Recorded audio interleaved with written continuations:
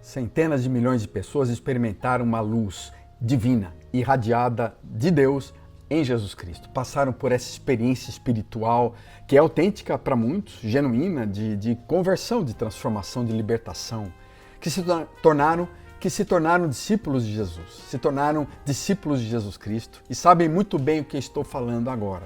Nada, nem mesmo a soma de todas as riquezas, honras desse mundo, nem mesmo todo o dinheiro se compara ao prazer, a conhecer a alegria dessa visitação da luz de Deus na alma. Falaremos mais sobre uma visão cristã de mundo neste vídeo. Participe e se inscreva no meu canal.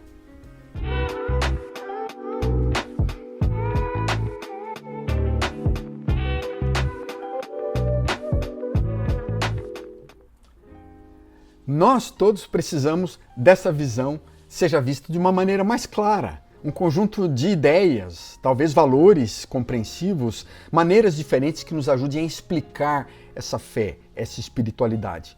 Em tempos de tantas respostas, de múltiplas visões, de muitas nações, religiões, de pluralidade, é muito claro que muitas das nossas escolhas são feitas a partir da visão e dos valores que nós adotamos, que nós pensamos, que nós cremos, aqueles valores que fazem parte da vida, da história da nossa família, da nossa nação, da nossa religião, da nossa espiritualidade, consequentemente, que acabam abordando o sentido da vida, o sentido da história, o sentido da justiça, da paz, do amor, da guerra, do terrorismo, da pobreza, da riqueza. Tudo isso é afetado pela compreensão que nós temos também espiritual do mundo.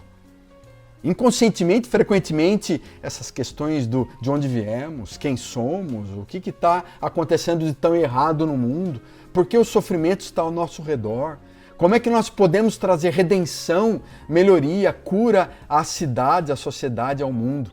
Esse é um tema que está em todo lugar, em todos os filmes, em todas as obras de literatura, em todas as peças de teatro e música. Essas são as questões principais. E qual é a nossa visão? Nós, cristãos, temos algum conteúdo claro? Há uma espiritualidade de fé que fala simplesmente sobre essa visão de mundo? Há vários textos no Novo Testamento, por exemplo, na Septuaginta, há 45 passagens que se referem a crer, fé, simplesmente usando a palavra amém.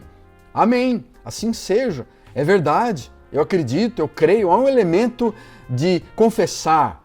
E quando o texto fala, por exemplo, em Romanos capítulo 10, confessa Jesus como Senhor no teu coração, crer que Deus o ressuscitou dos mortos, você vai ser salvo com isso, com essa confissão. Há um elemento aqui dizendo que tem algumas respostas para essas grandes questões da vida e da morte. Ter fé em Deus. A espiritualidade, então, nos ajuda a trazer uma racionalidade também. Há um elemento intelectual. Eu não tenho falado muitas vezes que o elemento intelectual não é o único, mas eu não quis dizer que simplesmente nós não precisamos de um aspecto intelectual, um aspecto de crença, de dogma, mas sem o elemento do coração ele não vale nada. Mas qual é o elemento das nossas convicções, valores? Qual é a nossa visão? Como é que nós articulamos essa visão? Há várias formas. A fé nos traz a ideia de que há um propósito para a vida. O reconhecimento de Deus, Pai, o reconhecimento também de que Jesus Cristo é Deus, isso está implícito. O milagre da ressurreição deixa muito claro, e os conceitos que nós temos dos textos sagrados é muito claro com relação à centralidade de Jesus nessa visão. Nós somos sepultados com ele no batismo, Paulo fala, no qual também fostes ressuscitados pela fé no poder de Deus que o ressuscitou dentre os mortos. Como é que essa morte de Jesus se manifesta no dia a dia da nossa vida, da nossa tragicidade, da nossa dor, do nosso sofrimento, das nossas lutas? Como é que também o poder da ressurreição de Jesus se manifesta no dia a dia dos nossos confrontos, das nossas vitórias, dos nossos desafios? Nós somos ressuscitados pela fé no poder de Deus, ressuscitados pela fé no poder de Deus que o ressuscitou dentre os mortos. Então há uma visão, há uma luz que tem clareza. E por isso, na própria relação do movimento pós-reformado com a fé, a gente vê, por exemplo, um Calvino falando de nós não tratarmos com Cristo despido, mas com Cristo que é vestido com o Evangelho. Não são figuras, imagens, conceitos, imaginação que nós temos, nem as estátuas que usamos nos nossos prédios, nas nossas igrejas, as frases que usamos, mas há toda uma simbologia nossa da pessoa de Jesus que tem concretude também nos evangelhos, nas palavras, nos milagres, na fala de Jesus, nas suas ideias, na mente. Interpretar então a mente, o coração, a alma de Jesus Cristo, que interpretou claramente a mente, o coração, a alma de Deus, do Altíssimo, é importante para nós. Qual é a mente de Jesus? A fé-crença, então, se manifesta em ideias sobre Cristo, em formas de ver o mundo a partir da alma, da mente de Jesus, que se manifestam frequentemente nos textos dos evangelhos. Então, em concordância ou em alinhamento com as ideias faladas de Jesus no Evangelho, que nós chamamos da Palavra de Deus, então nós procuramos entender essas ideias.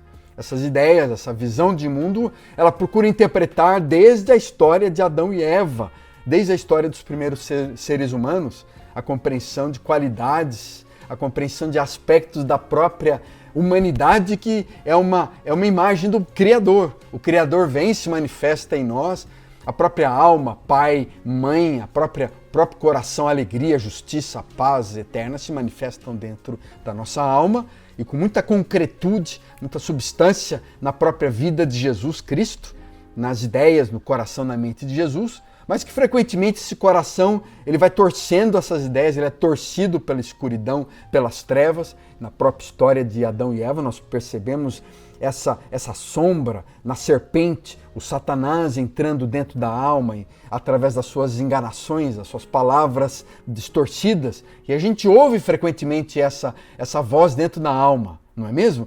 Deus está mentindo. Acho que todo mundo vai morrer. Será que a gente pode crer nas promessas bíblicas? Será que essa história toda da salvação é verdadeira? Será que Deus realmente está cuidando de nós em meio às nossas dúvidas? Será que há um Deus realmente próximo a nós, que pode ser paternal, maternal, que a gente pode sentir seu amor, que Ele está confortando a nossa angústia, trazendo luz à nossa escuridão, trazendo consolo numa alma inquieta, numa mãe que está sofrendo, num pai que está sentindo a dor da perda de um filho? Será que Deus pode trazer consolo? Então, em quem você crê? Qual é a visão que você tem desse Deus? Porque não é simplesmente ter uma foto de Jesus Cristo no seu celular ou no seu bolso, ou em casa uma imagem bonita, ou uma Bíblia aberta, ou ir na igreja. Não, isso não vai ser suficiente no meio da dor. Se nós não crermos realmente do fundo da alma que Deus ressurgiu o próprio Filho Jesus Cristo dentre os mortos, então nós lembramos diariamente da morte e da ressurreição. Então a fé tem um elemento de conquista, de busca, de procurar Deus, mas ela também tem um elemento muito forte de capitulação. Talvez a ideia seja como um mendigo estendendo as mãos. No máximo que a gente consegue para a vida de um Deus transcendental, maior do que o universo inteiro, se relacionar com Ele, é tentar estender as mãos, olhar para Ele. Mas aí vem a luz que brilha sobre a nossa alma, do seu amor, da sua graça, da sua bondade, que é muito maior do que a minha capacidade, do que o meu dinheiro, do que a minha justiça própria. E aí então isso vai movendo, vai mudando o nosso coração. E aí então isso vai movendo e transformando o nosso coração. Portanto, a vida cristã, essa fé cristã, ela lida com questões bastante difíceis, bastante complexas na alma de todo ser humano. A existência de um Deus, o sentido da vida e a morte, a criação, a compreensão do universo, o sentido da história. Há um bem maior sobre o mal ou não? Não há bem e não há mal, são iguais. Essa humanidade toda vai ser julgada? De que forma isso acontece? Há várias escolas de pensamento, mesmo dentro do cristianismo, com visões diferentes. Então nós precisamos buscar aqueles elementos centrais, que simplesmente mostrem a alma, o coração de Deus em Cristo, e que nos dê uma visão que ajude a gente a tomar decisões. Uma visão de mundo, uma compreensão de universo que pelo menos nos ajude a respeitar esse mundo, a respeitar os seres humanos, a amar uns aos outros, um quadro geral, talvez. Então essa luz que nós temos em Deus, esse é um elemento muito importante, trazer sentido à vida, de fazer sentido no mundo, vai afetar questões muito próximas do direito, da humanidade, da filosofia, da realidade do mundo, da relação familiar, das finanças, da ética, da moralidade, da vida e da morte. Isso varia de pessoa para pessoa, a gente percebe. Varia de cultura para cultura esses conceitos, de nação para nação, e por isso há tantas guerras, confrontos. Mas há uma aceitação, talvez. O que nós precisamos, talvez, é de um conceito básico, central, do core da identidade, do caroço da identidade do que é realmente essa espiritualidade, essa relação com Deus que nós temos, com esse Deus cristão, com esse Deus de Jesus Cristo. Com um Deus que é muito maior do que a compreensão que um cristão tem, mas que ele acha que somente o Deus dele é o Deus cristão, né? Mas o homem, a mulher se tornam então vítimas frequentemente dos seus próprios deuses, da sua própria compreensão de mundo. E por isso a gente vai negando qualquer tipo de autoridade global, mundial, da ONU, de qualquer organização, de qualquer país. Cada um de nós é livre para pensar do jeito que ele quer. E se ele é livre, ele se sente às vezes no direito de ser também o legislador do mundo em que ele vive. Mas há talvez uma compreensão mais clara, mais básica do que significa ser cristão? Eu creio que sim. Alguns valores muito claros. Qual é um conteúdo básico, então, de uma cosmovisão cristã? O mais fundamental dessa visão cristã é que há um mundo sobrenatural. O universo não consiste apenas dessa matéria e antimatéria e da energia que nós começamos a medir. Há, além dele, há um Criador, há um Deus, há um eterno, há um transcendente. É misterioso, a gente usa a palavra místico para isso, nós não compreendemos, é tremendo, é um grande mistério, amedrontador talvez para muitos, mas há um Deus, Talvez essa seja a noção mais básica do cristianismo, de um mundo sobrenatural. De um mundo sobrenatural que talvez esteja trazendo uma certa ordem, que para nós traz muita ordem e organiza e sustenta com amor todo o universo, com supremacia todo o universo. E nós usamos várias palavras semânticas, teológicas para descrever isso. Mas há esse lado sobrenatural dentro de nós.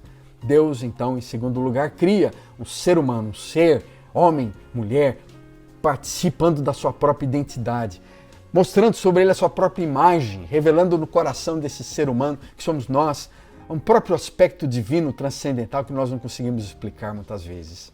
De um bom, do que é justo, do que é verdadeiro, do que é amor, do que é ser sensível, da beleza, da arte, da cor, da poesia, da música. Esse ser que percebe a alegria e a beleza. E isso talvez não é projetado simplesmente do seu interior, porque ele lida com muita escuridão, com muita sombra, mas há uma luz divina. E esse Deus projeta essa luz sobre esse ser humano, sobre o valor da vida. Está dentro de nós essa essência bonita do ser humano, um homem, uma mulher. Um ser humano que frequentemente, homem e mulher, abandona individual ou coletivamente os propósitos, os sentidos. Ele quebra muitas relações, se machuca, entra em conflitos. Isso talvez gere dentro dele a sensação de que eu estou longe desse Deus. Eu caí, eu me afastei. A gente usa palavras como a queda, por exemplo, o pecado, para descrever esse distanciamento que muitos seres humanos têm da sua vida interior, da sua espiritualidade, desse Deus eterno. Então esse ser humano também percebe novamente que esse Deus não se afasta, não se distancia, mas é um Deus de amor, de graça, de bondade, de presença. Nós chamamos isso de misericórdia. Ele vem novamente para a criação, que está diante de um relacionamento quebrado, e ele se encarna, ele se torna gente, ele vem como Jesus Cristo, que atua sobre a nossa alma, que entra em nós e que traz a paz diante da punição, do sofrimento, da dor, da culpa. Ele vem, age, mata coisas que precisam morrer, traz luz na nossa escuridão e ressuscita, e inaugura uma nova era, e faz-nos parte desse reino. E num ato de amor e graça nós nos tornamos parte dessa grande paternidade, esse coração materno desse Deus, e somos filhos e filhas de Deus, irmãozinhos e irmãzinhas de Jesus Cristo. Esse é um conceito básico do cristianismo que a gente pode dizer que é fundamental na nossa visão, e de que há um aspecto de renovação. Não apenas almas são salvas, a criação vai sendo renovada.